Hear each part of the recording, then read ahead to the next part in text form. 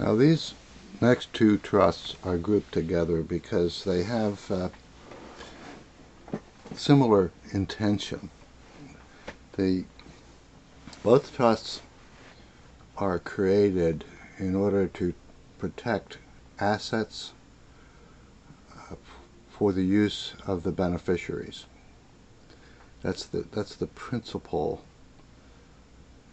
purpose. Both trusts are irrevocable trusts, and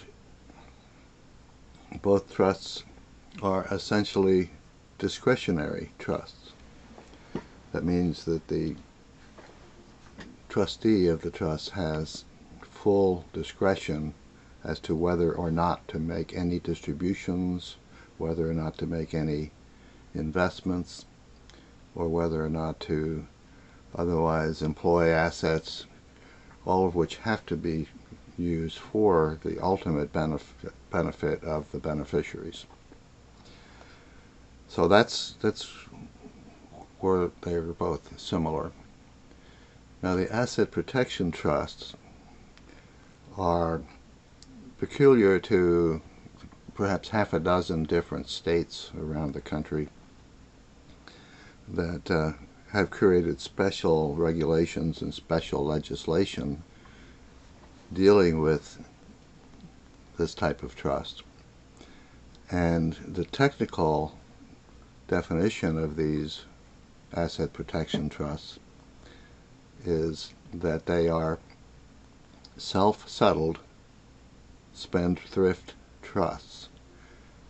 In other words, they get their protection from the spendthrift laws of the particular states, and some of these states are Nevada, South Dakota, Alaska, Delaware, Ohio, New Hampshire, maybe a few others, Tennessee, all have passed certain regulations or certain legislation that gives particular protections for spendthrift trusts, and especially those that are self-settled.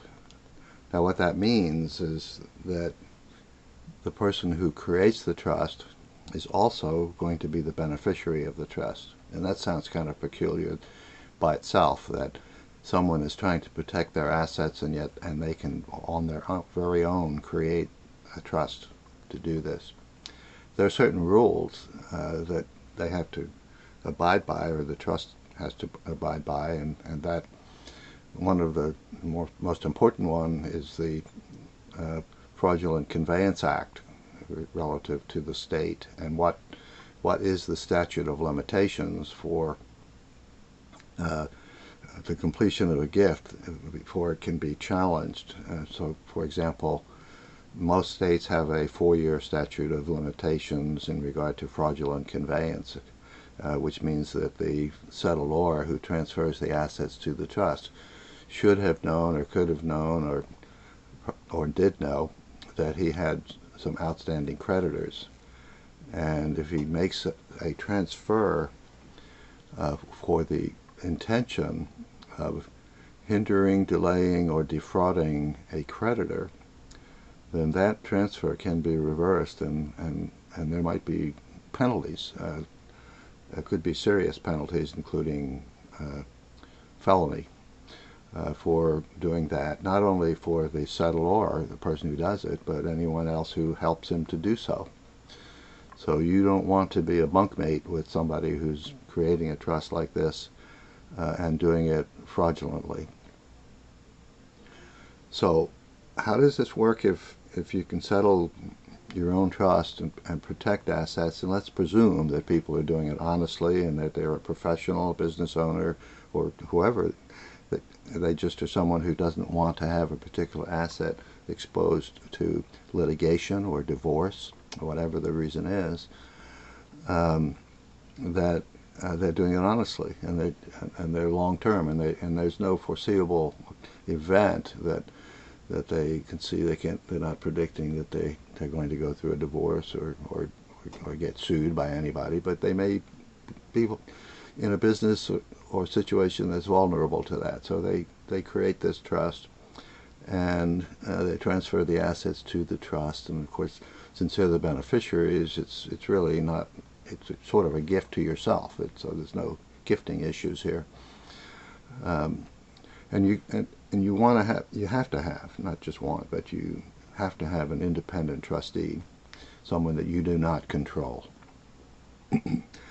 so that they can exercise absolute discretion. And in order to safeguard that and put a moat around that decision, you can have a trust protector who's got certain authorities. You may also have something called an independent trustee for distributions.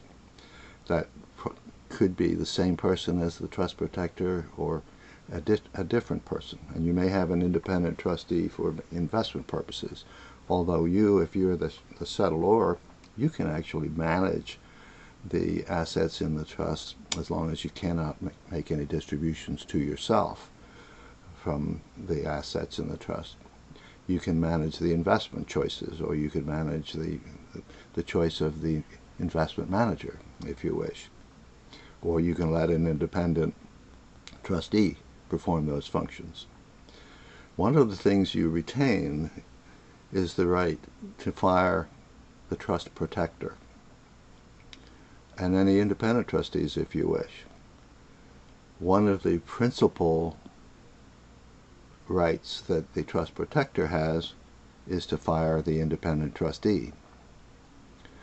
So what does that mean? It means that if you can fire the trust protector, if he doesn't fire the independent trustee and replace him with a trust protector that will fire the independent trustee, you pretty much have control over what's going on with this. You can fire independent trustees. You can actually be, or you can have family members be family trustees.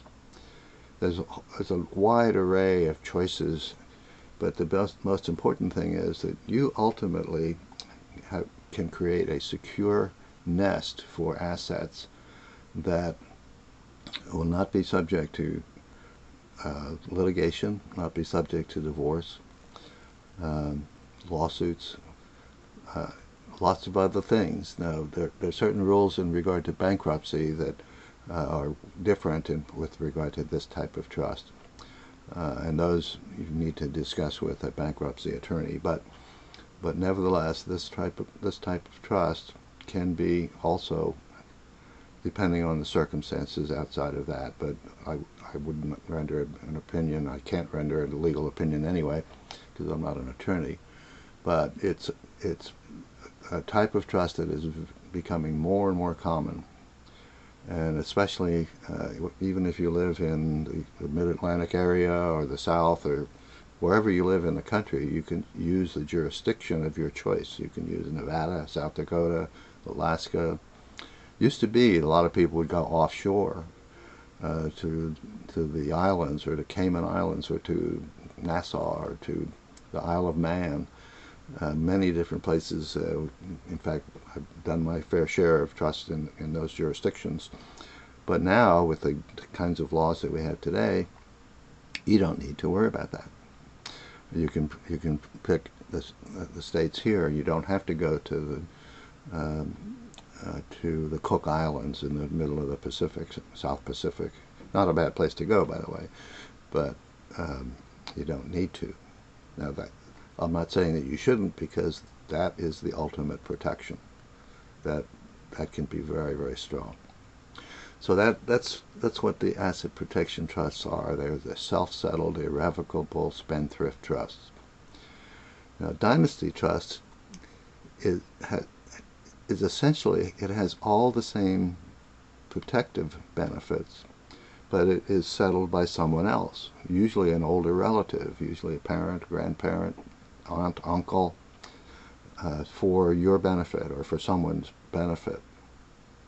And in this case, the assets that are transferred to the trust are often sold directly to the trust in exchange for a note, usually a long-term note, at whatever the federal interest rate is. So So that's the typical way of transferring assets into a dynasty trust. If, for example, if you had a business that you wanted to, or let's just say you had some real estate you wanted to transfer into a dynasty trust, or some securities. Let's say it's worth $100,000, so you would sell it to the trust in exchange for a $100,000 30-year note at, let's say, 2.5% interest, whatever the interest rate has to be at the time. And it could be an interest-only note, and that interest could be paid out or it could be accumulated. These trusts also have trust protectors. They have independent trustees. They're very, very often used as the family bank to lend money to all the members of the family who are all named beneficiaries, so that they can, when they borrow the money from the trust, they pay it back at the typical interest rates, and they go buy a car, or they buy a home, or they borrow money for school, or whatever the reason is. The family will establish their own management team to manage the lending that's going on with the family bank, and they'll fund the bank with their own money, with the trust money. And this way, all the money that would have otherwise been paid out as interest to banks, credit card companies, and finance companies, all of that interest that would have gone outside the family can now be concentrated inside the family. This is an amazing concept. More and more people are doing this kind of thing. Some families have studied this concept and found out that before they did it, as much as 33% of the money that they made out in payments went to outsiders, never to be retrieved again. So it went to the banks. It's a huge, huge loss of income that could be conserved for the family. So that's one of the significant benefits. The other significant benefit of a dynasty trust is that if you choose the right situs, you can have the trust go on and on and on for multiple generations. Some of the shorter jurisdictions have long statutes against the rule of perpetuities. Used to be that in almost every state, a trust could only stay in existence for the lifetimes of the creators or beneficiaries of the trust, and plus some period of time, like 20 years or 21 years. So ordinarily we used to think, back in my day, when I first started in banking, that we used to think that a trust could only stay in existence for maybe 100 years, and then it had to be dissolved, and that was the end of it. Now in jurisdictions like Nevada, Florida, other places, you have at least 365 years. That's about 10 or 12 generations that a trust can go on. I remember that George Washington was our president about 237 years ago. So 365 years is a pretty nice period of time to have a trust stay on and on. So what's the big deal about something like that? Well, the big deal is that each generation, once the trust is set up and funded, every time one generation dies, there is no federal estate tax or no state inheritance tax. So 40% of the money that might have been taken in federal estate tax is not going to be taken each generation. It just keeps on growing and managed by the primary beneficiaries, in essence, for the benefit of the entire family. These are wonderful, wonderful tools. The amazing thing is that we have built into the living trust package that we offer, this trust can be created to be a dynasty trust. It's just, to me, it's one of the best tools in estate planning that you could ever have. And a lot of time can be spent on these.